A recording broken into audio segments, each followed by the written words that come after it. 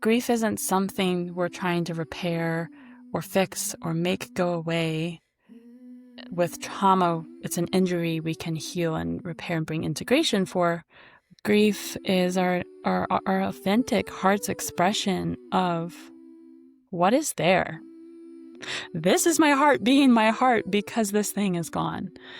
And to be clear, to be very explicitly clear, it's not just when there's someone we've lost to death. Welcome back to the Wild Heart Podcast with Willow Brook, where we explore divinity in daily life with themes of love, mysticism, grief as a spiritual path, and sensual embodiment. In this episode, I'm thrilled to welcome my dear friend, trauma specialist, art therapist, and soul medicine guide, Monika Denise Burkholder. Many of you already know and love Monika as a cherished part of our Wild Heart team since its inception, and she's also been one of my closest friends since we lived together at the Lama Foundation.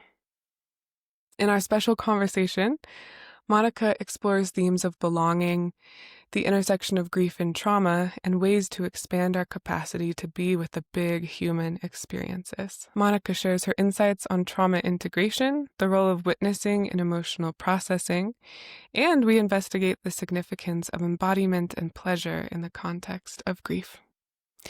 Our dialogue also dives into cyclical living, nature's influence on our emotional states, and the concept of soul medicine as a pathway to authenticity.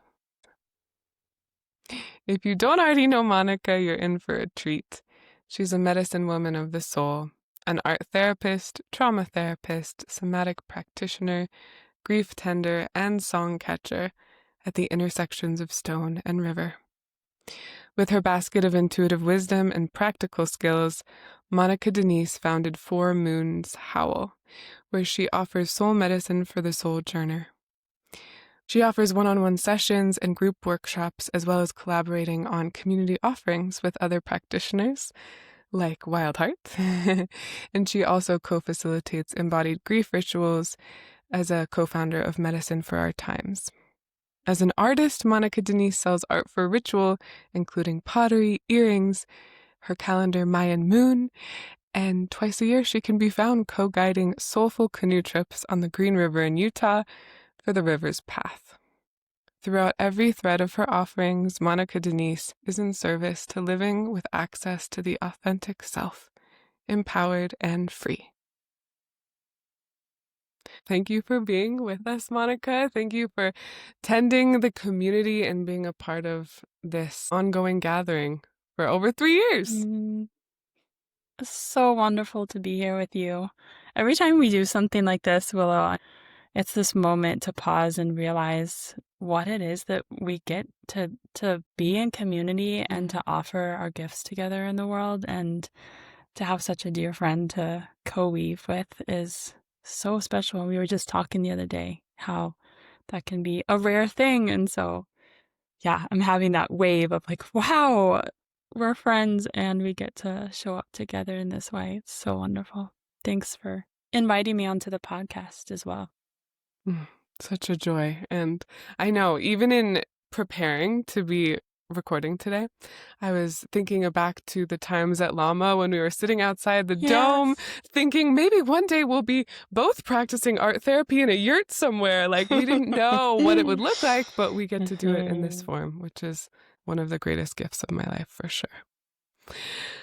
Well, I want to start by asking you, what are you currently musing on when it comes to the wisdom of the body? Jumping right in. I like to just jump right in. Let's go for it. Yes. Oh, I'm currently musing on belonging with the body and in ourselves and in the world. For me, this really goes right to the heart because it relates to some personal experiences of unraveling in my life around belonging in where there's tenderness in there, where there's been wounds as a child or young person, feeling like I didn't quite fit in the way that my world was set up, in the community that was the water that I swam in and the schools. And there was both very much belonging in some layers, and then underneath there was a stirring of not. And I'm just recently, bringing some words and consciousness around how belonging has both grief and trauma really wrapped up in there. And it's really making big shifts in my life. And so I'm excited to share a little about it. So it's exactly where my mind went when you said, where am I musing on the body? And the way that our bodies carry those stories of abandonment or rejection or pain of never really actually fitting in. And you and I talk a lot about how grief and trauma are two different things that get conflated. That comes up in our community in Wild Heart often, and we speak to that.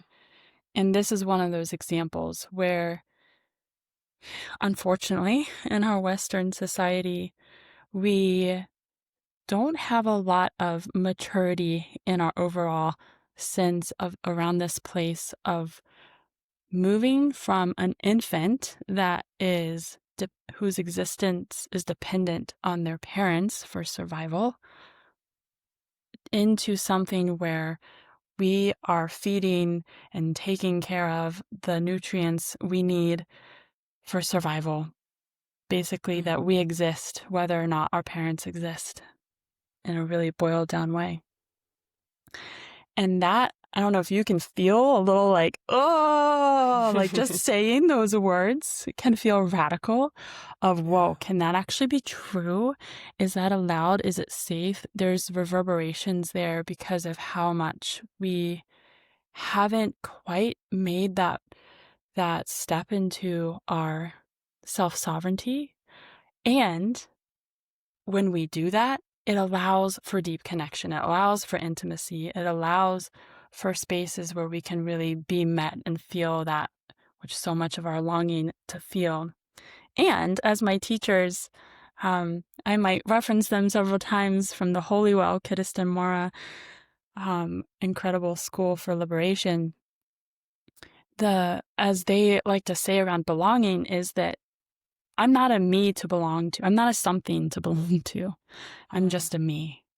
That we've outsourced our belonging into other things, other beings, other people, into groups, into sports teams, into churches, into communities, into dance groups, into political systems, into national lines. There's so many ways that we have outsourced our belonging into something outside of us. And that's a very human thing, and that is a very infant human thing. Because when we outsource our need for survival, that was true when we were infant in our existence, dependent on our parents tending and feeding us. And so there's something very different that I've been talking about this a lot with friends, with colleagues. And I'm like, I'm going to say this, and then it's going to sound a little like radical. I'm also trained in attachment as an art therapist, and grief and trauma is a thread that I've really had supervision in and specialization in. And there is a way, in my perspective in this moment, in which our focus on attachment, on we're humans as social beings, we are really emphasizing the need for connection and attachment, that some of us, when we're coming from a place where our belonging is still rooted, is still being sought for in something external than us, we're using that data, that information kind of as fuel to the fire of, I really need somebody else to be there and save me. This wound that I feel is unjustified in how much I need somebody else to be there. And I must be broken. I must be bad because they're not showing up. They're not sticking around. They're rejecting me, abandoning me. And so I see this kind of fuel to the fire in this realm. And it's true. We are social beings. We absolutely need connection. So many of us feel like, what is life if we're not sharing it in relationship? I agree. It's so human. And I'm finding it's like real time from my lived journey in this moment of the difference of when I'm finding the belonging in myself, and that my belonging is in this earth, that my belonging is in connection with spirit. And it's in a way that my body, I've done some healing and somatic work, which is similar to the work that I do with people in one-on-one sessions or in the embodied grief of our body really getting those messages of, oh, my existence isn't dependent on my parents anymore. Now I'm an adult, and now I've got my own back. I've got me. With belonging, the trauma piece that's in there for so many of us, that the ways we did have woundings around that belonging. For me, there was some in that middle school, high school era and younger. And for many of us, they're very, very young. And so, yes, those things impact how we are. And the grief, after I saw that moment, there were waves of grief to just grieving for that teenager, Monika, that lost her people, and to allow that to move. And so healing the trauma, we can maybe get into that more later, but healing the trauma and grieving the grief and making space for that grief to show up as it needs to ongoing, not just in that one moment, allows something to shift to where I belong to me. And because I belong to me, because I belong to spirit, because I belong to this earth, and I exist simply because I'm here in this body, and therefore I belong. Now I have so much more access to real relationship and authenticity. And that's another layer of authenticity coming through in this moment. Yeah, what a juicy intersection of attachment and belonging and trauma integration. I'm like, yep, I kind of had a feeling that would bring something up. But yeah, belonging to me, it's so rich. And I think we all have our own relationship to that word or to that felt sense. But it's something I see come up again and again in my own body, in my own relationships, in the people I work with, clients, of like, ooh, it's such a deep root need for so many of us in many different scenarios. And when you started speaking about that, I was actually remembering a time when I had moved to Taos, and I did this program with a dear friend of mine, Margaret and Megan. They're incredible. And Margaret is land-based in that area. And it was really this community opportunity to come together for people who are not generationally from that place to understand a little bit about how to be with the cultures and the people and the place. And it really, it really hit this chord of belonging for me, of how do I belong, and the deeper layers of what am I proud to belong to, what part of my humanity. And this connects to, I think, to a lot of layers of the trauma of just the colonial world we live in, especially in this so-called United States, and the disconnections from belonging to Earth. Even though that's impossible to ever actually disconnect, it is a very real thing that we live with. And yeah, there's so much more there, but I'm just hearing Margaret's voice and appreciating her and remembering my times in that class when I would go step outside and just sit under a tree and hear Mo Washburn's song. I believe that I belong to the earth. Yes, I belong. And thank you for that reminder. And I would love to, thread into this piece around trauma, because you have so much wisdom that you're carrying around this from your formal training and the ways that you weave it into not only the clinical setting, but the soul setting. And that's something that I just love so much about you, is bringing all of that wisdom together, weaving it all together.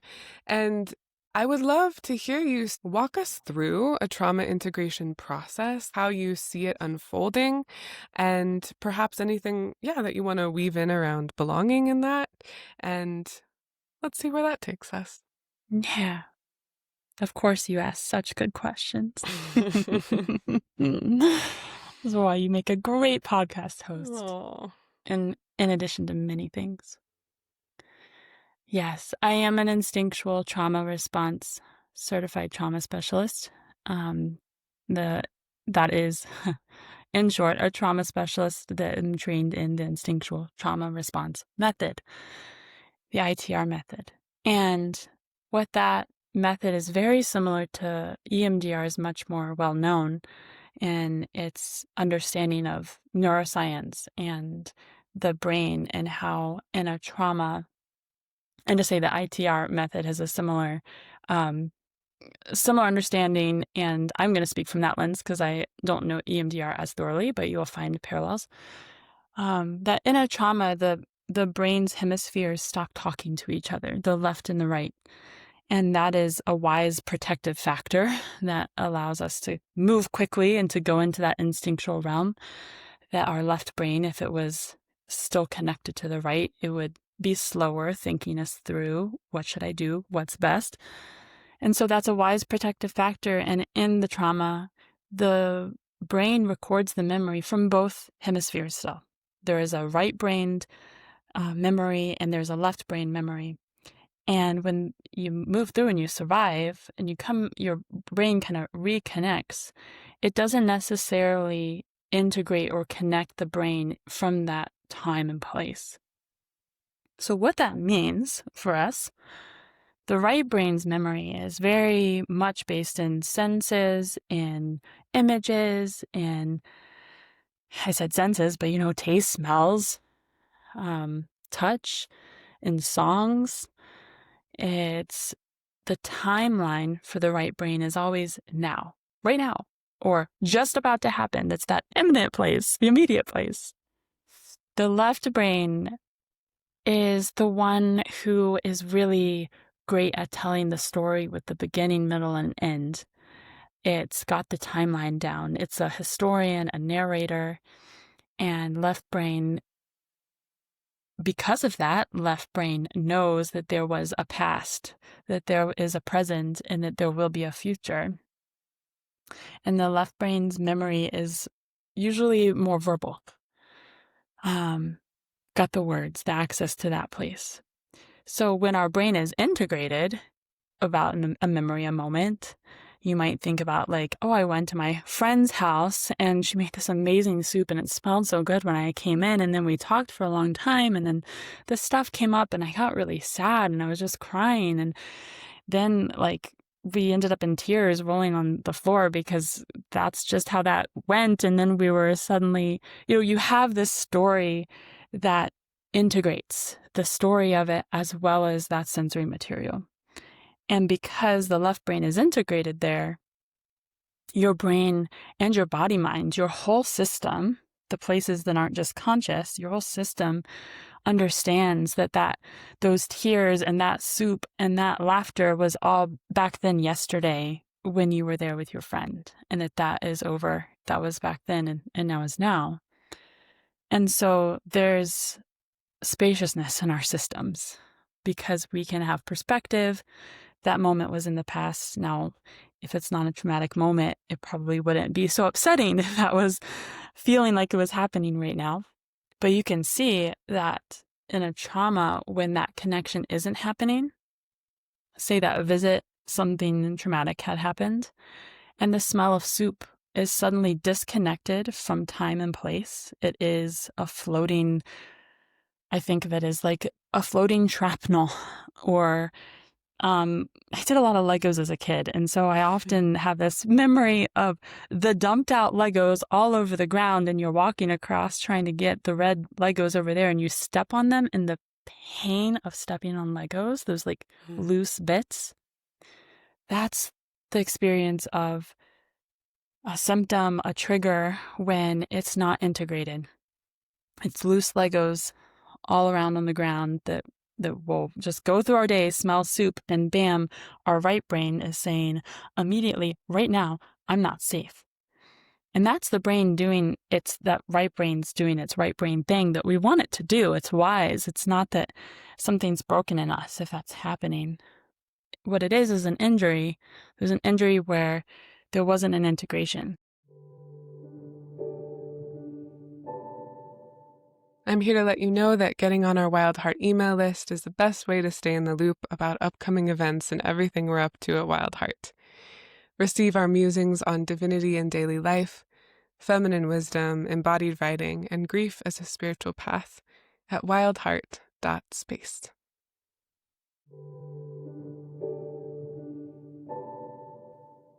So you said, walk me through what is trauma integration. So I wanted you to know what we're talking about. Yes. That's the context. So with the instinctual trauma response method, it was designed by a psychiatrist and an art therapist. They were married.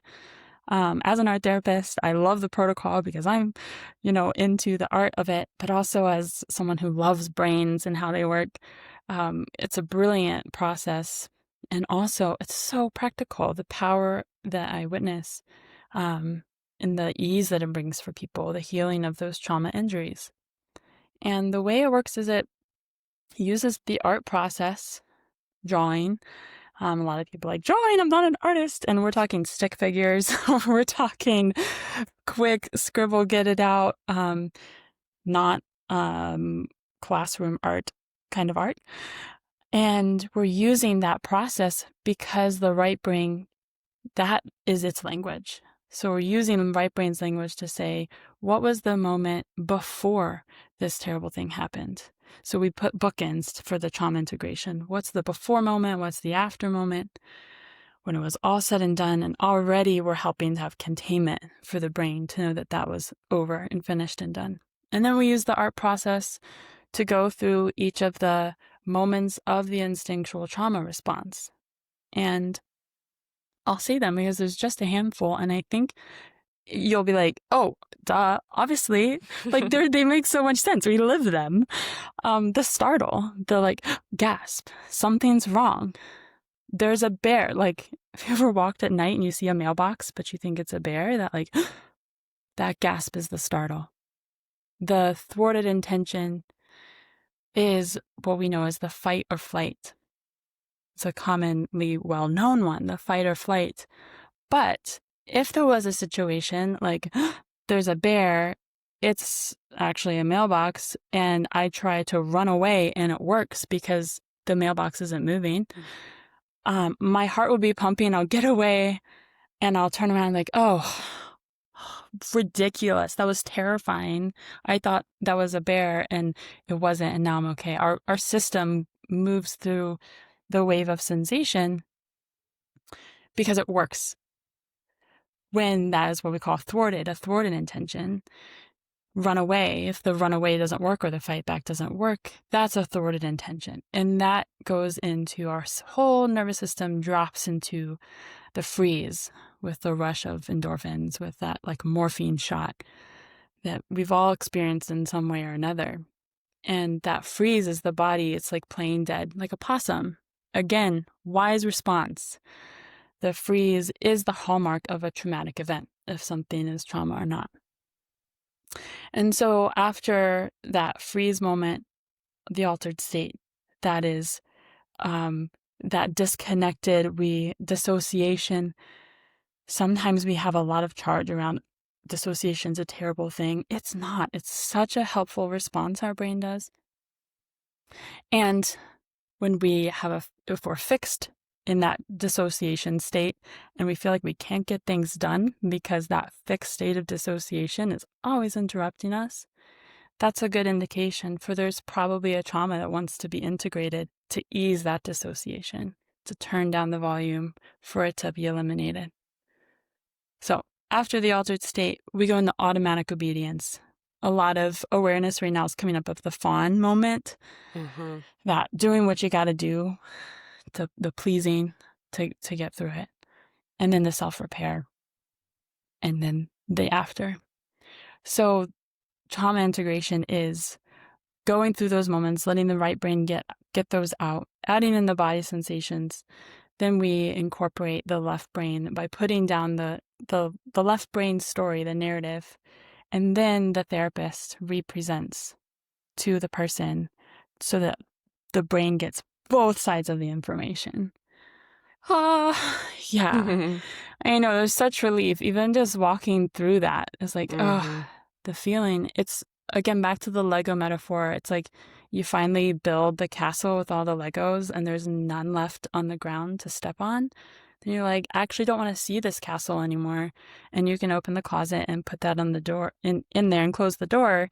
And it gives you choice. Like, okay, I could pull it out and tell the story of this castle. But I don't want to step on all the Legos. And you wouldn't have to because it's now built into a thing that's in the past. So that is the process. In grief, of course, there's nuances. In the brain lens, I would say, of what's happening when we're integrating a trauma, and the way that's the way I support that as a ITR specialist. Yeah. I'm reminded of the official Greek translation of trauma, to wound or to crack, and just seeing that separation of the parts of the brain, right? And then the ways that we can reweave and remember, like literally remember, remember them back together. Yeah. Love that. It's so powerful. And I had this moment one time in a traumatic moment where I felt the sensation of my brain. It felt like tearing in the center. It was totally wild to me to be like, that's what's happening right now. Yeah. And I am so grateful for the ways that you brought in, the sensory experiences and how those triggers can activate us, even when, of course, we might not be in an actual threatening situation. It feels similarly enough that it emerges in our body. And, for me, with the people that I'm working with now, centered around relationships and intimacy, it's like sometimes those things will come up in a scenario where it's totally safe, actually, because it wants to be felt. It wants to complete that cycle. And it's like, this is finally the opportunity. And then we're like, why am I in this mode? But it's like, having those tools to be able to reintegrate, to be able to complete that stress cycle that didn't get to complete in the moment of trauma. It's so powerful. So I'm so grateful for you and all of those of us in the world that are here to help support that process. And I just love the way you bring those worlds together. Yeah. And the completion of the wave, like, so I was very neuroscience focused there too. And like, in the somatic sense, which is not unconnected to that, but so many times we are more scared of the sensation than anything else. The sensation of, oh, if I open that door to my grief or to that experience, that will be so uncomfortable. It will take me down. I don't know when it'll stop. And I find so helpful realizing that our sensations have a natural wave. And if they haven't had that completion, like you were talking about, and if it's not integrated into our body, then that can feel like it amps up. It's like a pressure cooker. Gets louder, gets bigger. It, like you said, it wants attention, it wants completion. And it can feel bigger and scarier, the monster under the bed. And so realizing that sensations do have a natural wave where they don't last forever. And there's so much that we do in our embodied ritual work or in the one-on-one soul medicine of really, can we create the space? Can we bring our inner witness? Can we build the capacity? And that's why community ritual is so important, to allow this sensation, this expression to move through, to have its completion, and to find that boom at the end. And that's not to say our grief or our, whatever the emotion is that is wanting to move through, that doesn't mean it's going to be gone forever, or that we even are trying to make it go away. It's not it at all. It's when we have the space for the sensations to ebb and flow, then our body gets to be in the state of flow. And that is what health is, really. It is flow. And that includes so much. It can include sickness. It can include challenge and frustration or overwhelm. And yet, if there's the flow for it, it moves through us, and we can experience the wholeness of what that is. We can experience the space for more life, to be in touch with more of ourselves. So There's so Yes. much there. I know. Yeah. And I love that you brought the word health in, because I've heard you speak to that intersection again, grief and mental health. And one of the things you shared in that event that we did was, what about the whole of health? It's not just mental, it is physical, emotional, like spiritual. There are so many layers to our holistic state of health. And allowing that flow is a big part of it. And in a lot of ways, we've forgotten that in this modern culture. And I think I do want to bring in the grief now, because as you're talking about flow, I'm thinking, of course, of the element of water and how connected that is for me to grief. And sometimes, wow, those waves of grief can feel like they swallow you, and sometimes they do, right? And to also make the space and the place to bring that, and to not let it get dammed up inside of us. So I want to hear you speak a little bit to the distinctions between grief and trauma, and ways that you see are supportive to that flow. Thank you. Yeah. Trauma, as I said earlier, is an injury. Trauma is that separation of the brain that was so wise, and the brain going into that instinctual trauma response, and then hitting the freeze, right? Our instinctual trauma response not being effective to making the trauma stop, basically. And so when our body hits the point of the freeze, there's something in us that says, I'm going to die, or I'm dead. That is the injury of the trauma. And that is so real, and it's so challenging and so painful, and it's not your fault. It's not something that anybody, there certainly could have been somebody that did something to cause that moment, that, as far as fault, and yet it is the brain being the brain and saying, how do I get through something that is so big, that is not what we're meant to bear? And so that injury moment, as we talked about, is something that we can bring the repair to. We can reintegrate that trauma. We don't take away the moment. We don't fix it or change the story of it even. We, and my worldview of trauma healing, we're not even, let's try to make you desensitized to that experience that would be less painful to experience. It's not about that either. It's let's heal that separation of the brain to where it can say, that's the past. The grief of, and they live together, right? The grief that can be of the same moment is the body's, the human natural response to there being loss of something that you've held great attachment to. There's loss of something that has meant something to us. Sometimes that's love. Sometimes it's the loss of something we've loved. And sometimes there's something we've been in relationship with so closely to, even if there hasn't been love or it hasn't been easy or great. But when it changes, when it's gone, we have an impact. It's like, whoa. It swirls us. There's questions. There's confusion. There can be rage. There can be sadness. There can be numbness. There can be overwhelm. There can be absolutely flatness, which might be numb, or it could be kind of a different flavor of like apatheticness. Yeah. Grief has so many textures, so many shapes. There's no right or wrong. There's no pathway of what is required to look like, or what a human in its wholeness is. There's none of that with grief. There's, as Holy Lament has done, as you and Mirabai have done, there can be themes of like, this is really common experiences, thresholds of the spiritual path when you're taking that lens of grief. There can be ways that we can bring understanding to different flavors, or as my colleague and friend Kelsey Maloney and I talk about in our grief work, there's different shapes of grief that it takes. And the heart of the difference, in my perspective, at least in this moment, is that grief isn't something we're trying to repair or fix or make go away. like with trauma, it's an injury we can heal and repair and bring integration for.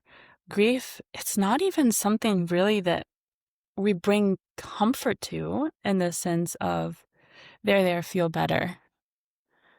Grief is our authentic heart's expression of what is there. This is my heart being my heart because this thing is gone. And to be clear, to be very explicitly clear, it's not just when there's someone we've lost to death. There are so many experiences. I think it feels so unseen to many of us. And I would say the numerous times this year that I felt this crunchiness, this like, why am I feeling like I don't want to talk to anybody, or I'm just flat on the couch, or my brain gets foggy and like, I don't know what's wrong with me. I must need more sleep, blah, blah, blah. I'm kind of like not making space for my own self, trying to find reasons and slowing down and getting curious of what's here. What is my heart saying? Here is how I am in this moment. And slowing down and listening to that and realizing there's grief bubbling up from something. It can look like things of betrayal of a friendship or all of my friends moving away. Even as I went on that, exploration of belonging and how there's both the trauma there and the grief there. So there's, I can heal that trauma of finding my belonging in myself. And yet I am a human that loves my friends and close connection. And that grief of them moving is raw and fresh and real, and not something that is wrong for me to feel or weak or needs to go away. Yeah. And so we were talking about the flow and like, yes, the longing of the grief to have the space to move is so often what our grief needs. If it's not needing to be fixed, if it's not needing to be even comforted, if it's not needing to go away, what is it needing? And what I found in my work with people and my experience with my body system is flow, is for it to move, for it to have that space, to have the waves. And again, going back to, we're not meant to do this alone. This is the power of spaces of community grief and grieving together with others, of rituals that can hold really that strength of container to say, we've got this space. This is okay for you to go into it for. I think of Ale Blakely's song, Carry This All. You're not meant to carry this all alone. And truly isn't. I want to say this one thing here. And that is, Kelsey and I were just talking at the beginning of our Grief Intensive Grieving Ground. And I was saying that, acknowledging the something in us that says, if I open that door, it's going to be bad. So I just don't open the door. It's too much. Or the way you said, like, yeah, sometimes the wave does swallow us. And sometimes people, reach out for support and they're feeling like that's a problem, or like, I just want to push past it. Like, how do I break down the door? How do I get to that grief? And just to pause and acknowledge, I believe, I haven't done research on this, I believe there's a biological thing, wisdom our body is doing to say, true fact, we can't do this one on our own. If we open this door by ourselves, it will take us over. And I think there's wisdom to that to really listen to and not say, I don't care, I'm bringing the sledgehammer. That would be painful for ourselves. And to recognize our grief often calls us in to connection and support with others, to have the arms that say, I'm here, right here with you. And I'm not in the mud swimming under the waves with you. We need that sense of container, that someone's got the door, that someone is like, this time I'm going to keep my eyes out for like the perimeter. You're safe. I've got the perimeter. We need to have that feeling. That's a human biological thing of, the herd, the pack. Are we okay? Are we safe? So for someone to say, I've got that this time and I'm right here with you, that's often what our grief needs to flow, to move, to feel like it's safe and it's not going to take us over, and to find that completion of the wave of the sensation to where we have space. And there's someone just recently shared after Shapes of Grief was like, wow, this no is still big. It's a big scary still, or big sad, but it no longer feels like it's going to take over and kill me because I had the space to move that grief. Mm-hmm.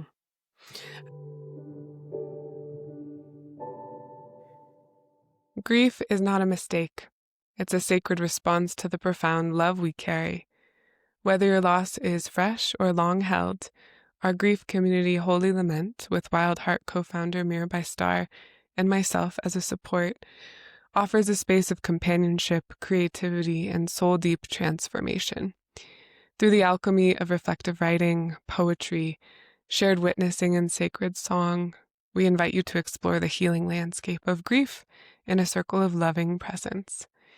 It's a spiritual container for those ready to turn toward loss and reclaim it as something sacred. You can learn more at wildheart.space/holy lament.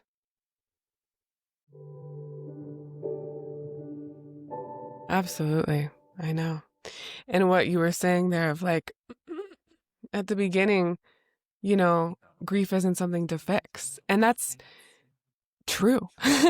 And it's so counter cultural to what we've been taught, you know, even the fact that grief is a diagnosis now so that it can be treated in the mental health setting, because sometimes that's the only support you have. But just to say, if anyone is like, I am grieving and like, I want to feel something other than this, it's like, yeah, of course. And also we feel that pressure from every other direction. There isn't really the permission to be with the broken heart. Like, that is not a common experience. And that's why we find people like each other here in this circle, where we don't carry this all alone, and other people can sit with us in the grief and not be terrified. And sometimes it is terrifying to ourselves, like you were saying. And I think to me, it's so important to remember titration, right? We go in and we go out. And how do we resource? Like, we can't always be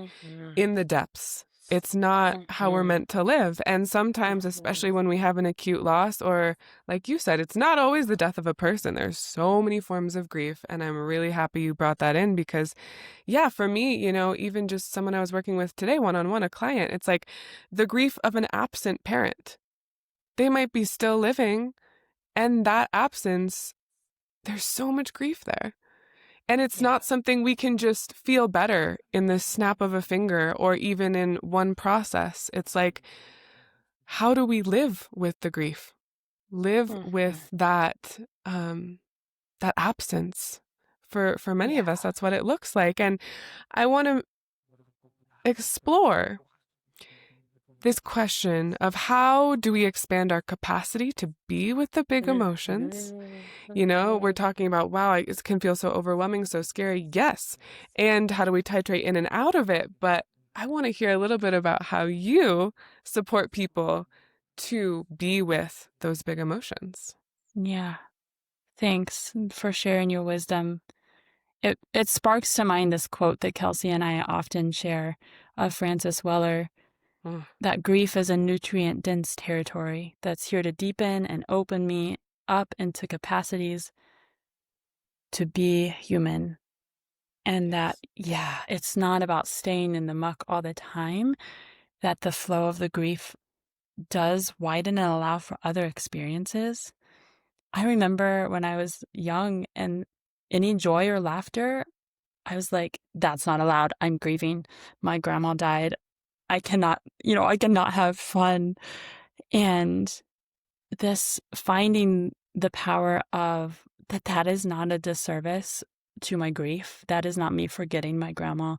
It is part of the flavors and honors of all that my heart is expressing. And I love your question of how do we widen our capacity for that? And again, that feels really personal, and in the sense that, like, I am finding my play in ways that I haven't felt access to for years. Just through this last year is so fun. And recently someone asked, like, where's your play showing up? And my first answer was like, in the stressful moments. Wow. And I was like, cool. Okay, well, that's the playground I've really been practicing in, is play, meaning how can I not take something so seriously or take like this is the only thing happening? Can I bring a little wiggle room to it? Can I bring like, what if I do this? What if I do this? What if it is true? Bringing a little bit of like comic play the fool into those moments of stress and grief. It feels so counterintuitive to some of us.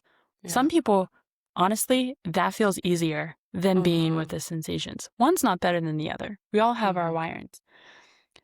When we can bring that balance of play in, that is one of the big medicines to widening our capacity. When we can allow space to be a little bit like, oh yeah, I totally go into this thing where I fly off the handle and push everybody away, even though I really want them to be close to me. Totally. And you could bring a little humor of yourself and seeing that, it just immediately brings some space to be like, oh, that doesn't mean I'm a bad person. Like, so relatable. I can see that with love in that kind of like, oh, yeah, buddy, I get that, How to widen the capacity. I'm so glad you brought in titration. That's one of the skills, the tools, the resources I have in my basket to remind clients of, or in our ritual work, is that my colleague Kelsey likes to say, you have your hand on the volume control. You can say, now's the time when I want to let that flow and I have capacity to turn it up a little bit and let it ramp up. And like, whoo, that was enough. I'm going to turn it back down. And you can ask your body, show me 2% of this sadness right now. That's all I got. 2%. Will you show me 2%? As we build that relationship with our body, it's crazy. Our body responds. Totally. That actually works. Will you give me 5% of what this rage feels like? Just show me 5%. And like, ooh, I feel a little heat building, Like there is a simple tool right there to building our capacity. I would say a big thing that also in that working with the titration is to really listen to the body and to work with the pace of the whole system, to not push past or go too hard too fast or dig in with excavating tools to get to the heart of it. There's really this, curiosity. What's there? What is it wanting? How would it love support? What kind of contact connection would it love from you, from someone? And so a big heart of the work I do with people is in that realm of somatic listening, of really listening to the body and its wisdom, to those sensations as something wise, as something teacher, as information. It's like actually the one that's showing us the path that we just listened to. And one other thing that's coming to mind for this moment is the power of witness. That inner witness and outer witness, both of those are huge in building our capacity. You know that old adage, like, if a tree falls in the forest, does it make a sound? Question. Yeah. Or like the modern day version of, if you didn't take a photo of it, it didn't happen. And the crazy thing is there's truth to it, I think. Yeah. I'm learning. I'm not a quantum physics expert. My teachers are. And so they're talking about the observer effect. And the heart of it is that particles do change when we witness them. And so there's something in us that when there is witness that's with compassion, it's not the watching energy of like, ooh, what's going on over there? Can you believe how messed up that person is? That's not what we're talking about with witness. We're talking about the witness that's saying, I see you, you exist. Yeah, totally. I see that. You're here. I'm right here with you in that. Again, not the fixing, not the comforting, making it go away, but that witness, when we can build that inner witness in ourselves, really builds our capacity for being with sensation. Because now it's not the rage jumping in the front of the bus taking over that's going to inevitably ram somebody, but it's ourselves staying in the driver's seat, seeing the rage in the back, being like, "Rah!" and like raging, like, yeah, totally. That makes sense. You're so mad and want to just blow a top. I get that. And so when we have just that much space, we have capacity for so much more sensation in ourselves. And I found building that capacity really, really helps to have support. That's work that I do in my one-on-one work. I'm sure that's integrated into your one-on-one work. There's also times, whether or not we have the capacity, like I generally have a pretty big capacity, and I still seek out support and witness because we're not always meant to do the thing of holding the door of our own emotions. So there's that witness piece that is really powerful for increasing our capacities. Yeah, what do you Yes. see? Oh, yeah. Yeah. Well, yes to everything you shared, and just feeling, the gratitude I have for the witnesses in my life, one of whom is you, in Mm. those more friendship ways. Those of us who can sit with the grief and not be Mm-hmm. terrified. Mm-hmm. Yeah. And for me, especially in holding the grief circle, Holy Lament that we have, the community, and all of the grief work that we've been up to in these years, I've really found myself resourcing in pleasure. Mm-hmm. And, as we talk about the body, grief is hard on the body. Like it Mm-hmm. is. And I've like thought my way around, like, is that true? Is that true? And I'm like, yes, it is. Like it is heavy Mm-hmm. Yeah. and intense. And, we have our own practices of taking care of our bodies, especially when we're in intensive time of tending grief. And I've been in this exploration in myself of what about my capacity for pleasure? And, joy is a pretty natural thing for me, which can be triggering to some people. And it's also just kind of my nature. And I've leaned Mm-hmm. more heavily into physical pleasure because I feel Yeah. that it's often an ingredient that's left out of the Yeah. traditional clinical setting, even Mm-hmm. like the mainstream or like the spiritual realms. And I'm like, there is juice in our, Yes. literally, but also in our physical pleasure and sexuality. And it's like the deep tap root of our origin in life. And Yes. also just like the immediate, like, when I can access that pleasure, not despite of the pain, but in the presence also of the pain, there is suddenly more to work with. And, we have that question a lot of like, how do I increase my energy? Like, it can be so depleting when you're in a state of grief, of depression.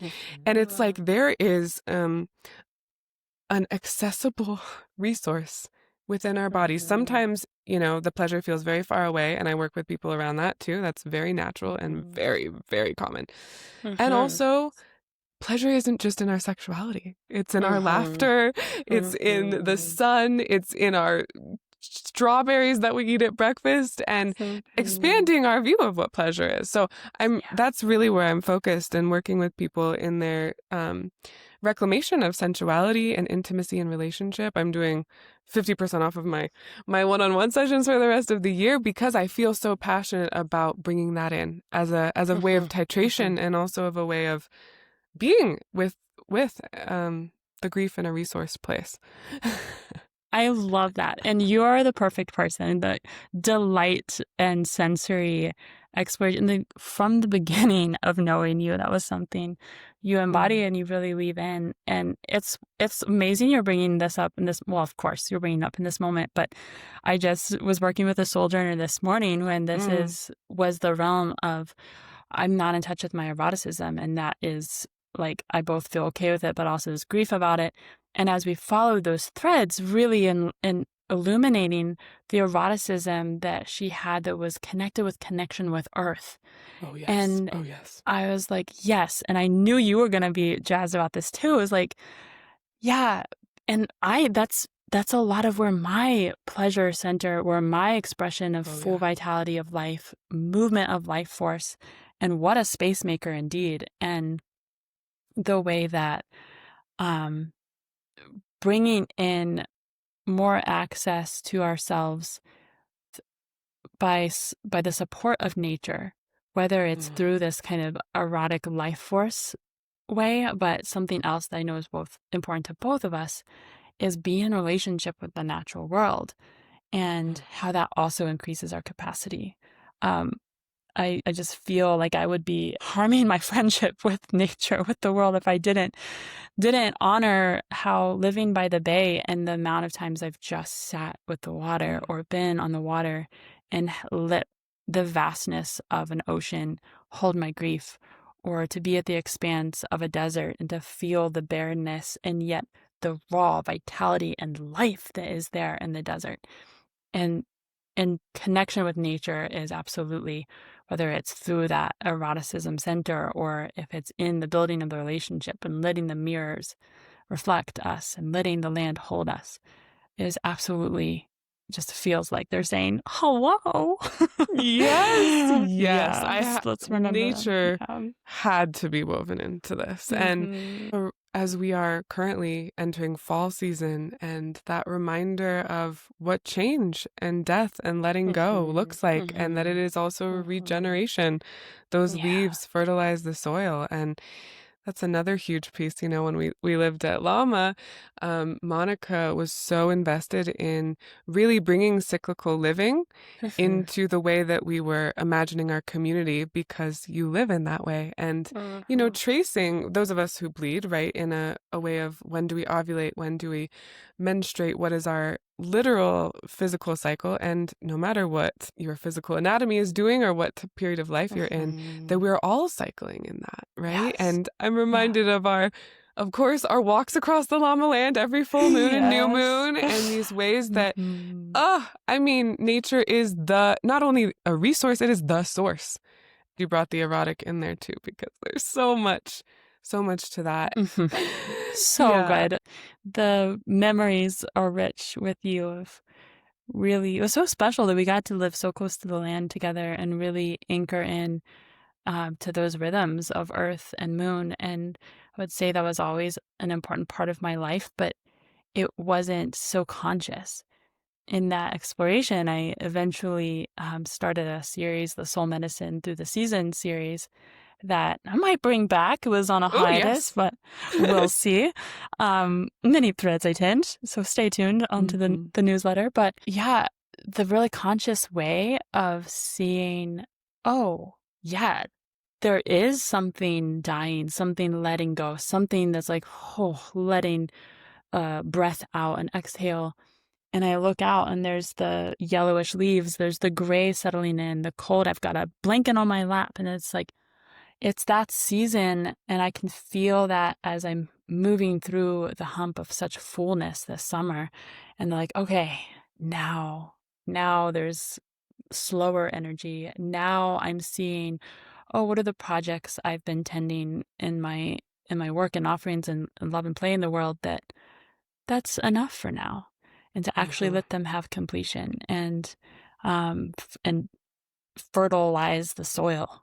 That was actually letting go of soul medicine through the seasons last year. Was that in the fall into the winter, I realized I love this. And there's something in here asking to let it go and make space for something else to come through. And it did. It was my podcast. Yes. So now I have a podcast. Yay! Your Medicine Basket podcast, and it's different than yours, where you're wide-reaching and interviewing guests. Mine is for those that sign up on my newsletter, and it's these little sound bites. It's like 10 to 15 minute snippets of soul medicine. I wanted a chance for people to have practices that are not on the screen. You can pop it in your ear, go out walking your neighborhood. You can take a paddleboarding, because some of them I recorded paddleboarding. You can be wandering, you can be in nature, or there's different flavors. There's art medicine, there's song medicine. I also am a songcatcher. There is grief medicine, where I explore some of these themes, and there's practices that people can have these little bites to really get to weave in and play with. And so that came through because I let something else compost and fertilize into the soil that was really, frankly, hard to let go of in that moment. And that is, I don't think I've really noticed it in this way yet, but that is that cyclical living at work, play, in that moment of staying in tune and really listening to what energy is going through that cycle of seed and germination and bubbling and growth and fullness and blooming and harvesting and dropping and releasing and dying and fallowness and stillness.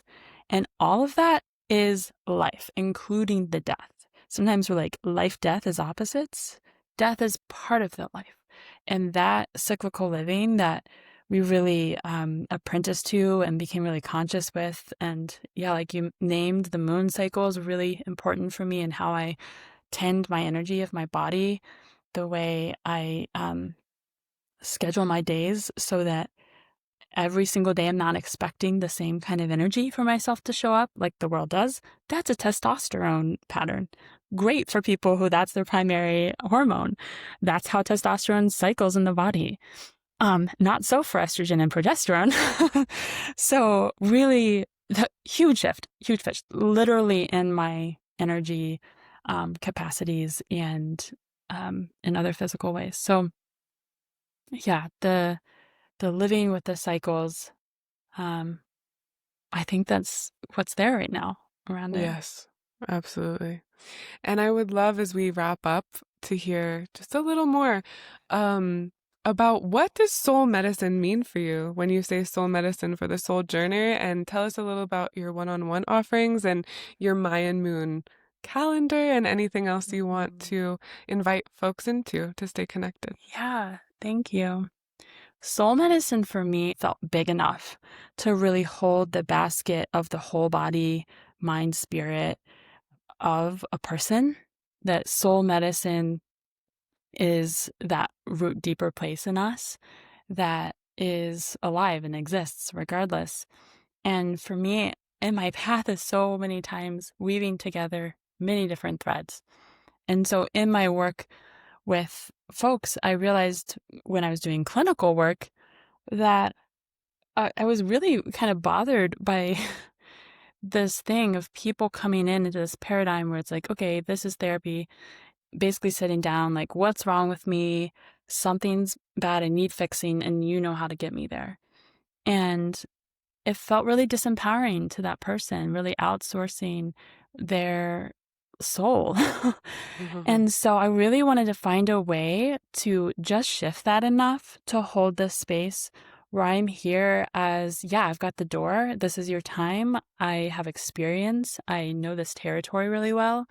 I am really grown my capacity to navigate things like the unknown and experiences of trauma, experiences of grief. And I'm going to bring my whole person, my spirit, my soul, my experience, my knowledge and training as mirror and guide and tender. And my hope is that each person really learns to know the language of their soul in a way like, oh yeah, I have something in me inherently that is helping me discern. And really what we do in soul medicine is like, what are the blocks to that authentic self? That the layers, the old stories that want to unravel, the places where it's the way we always thought things were, that maybe you don't have to be. So I'm supporting with my basket of many, many medicines, if you will, trauma therapy, art therapy, song, ritual, embodiment, intuitive body work, somatic listening. And we can make space. So Beautiful. people come in moments of grief or big transition. It's a big time when, whether for more grief tending focus, being with the emotion, wanting support to metabolize big things, big feelings, or those questions of who am I now after this experience. Also, people come for the trauma work of, it's a pretty unique support that I offer with the trauma work that really allows some big relief and can, for me, that trauma work is, oh yeah, we can remove those boulders that are blocking you from that path of how you're wanting to live. So that's really an umbrella of all of the different offerings I have, but it's in my one-on-one work, which is online or in person in Bellingham. Washington State, I'd love to offer 20% off your first session with me at Four Moons Howl for one-on-one work. If you'd like to explore, I have a free first hello 30-minute call to reach out and see if it's a fit that's right for you. If you're just curious to have the taste, definitely sign up for my newsletter. It's free, and gain access to the Your Medicine Basket podcast and play with some of these practices. And like you said, the My&Moon calendar and making earrings and pottery that's for ritual. And so every now and then, if you're on my newsletter, you'll hear about when I put that out for sale to support ritual and your own way with beauty. Then if you're looking for the community ritual, I'd really recommend you exploring the Medicine for Our Times work that I do with my friend and collaborator, Kelsey Maloney. She's an open floor dance movement teacher, and we bring our wisdoms together and have a really unique offering. The next one I would really recommend people look for if you're looking for a retreat in the dead of winter is called Winter Wellspring Bare Bones. It's January 22 to 25. It's on Whidbey Island, Aldermarsh, and there's art and story and movement and song, and it's a space like none other to really get to full body connect with people, to move, metabolize. We have grief ritual, also rest. There's hot tub and sauna, good food, round dance space. So I'd recommend, finding that on my website as well. All of it will be there, www.fourmoons.earth. Amazing. Highly recommend, of course, all of Monika's offerings. And we're blessed to have her in Holy Lament as a tender at our in-person retreats, just all over the place. So, my dear Monika Denise, thank you for being such a dear friend of mine, for weaving together in the ways we do, for having this conversation. It's such a pleasure. And thank you to everyone listening. Yeah, thank you so much, Willow. Appreciate you. Thank you so much for tuning into the Wild Heart podcast. Be sure to check out the show notes for links to connect with Monika and all of her beautiful offerings, and to see what we're up to at wildheart.space. There are also some links to connect with my one-on-one sessions and Mirabai's upcoming events and book updates. If you enjoyed the episode, please leave us a review to help others find this wisdom. A special thank you to my beloved fiancé, Manny Fasihi, for editing and supporting this podcast. We're so grateful to have you as a part of our community, and we look forward to welcoming you to a future event or a future podcast. Much love.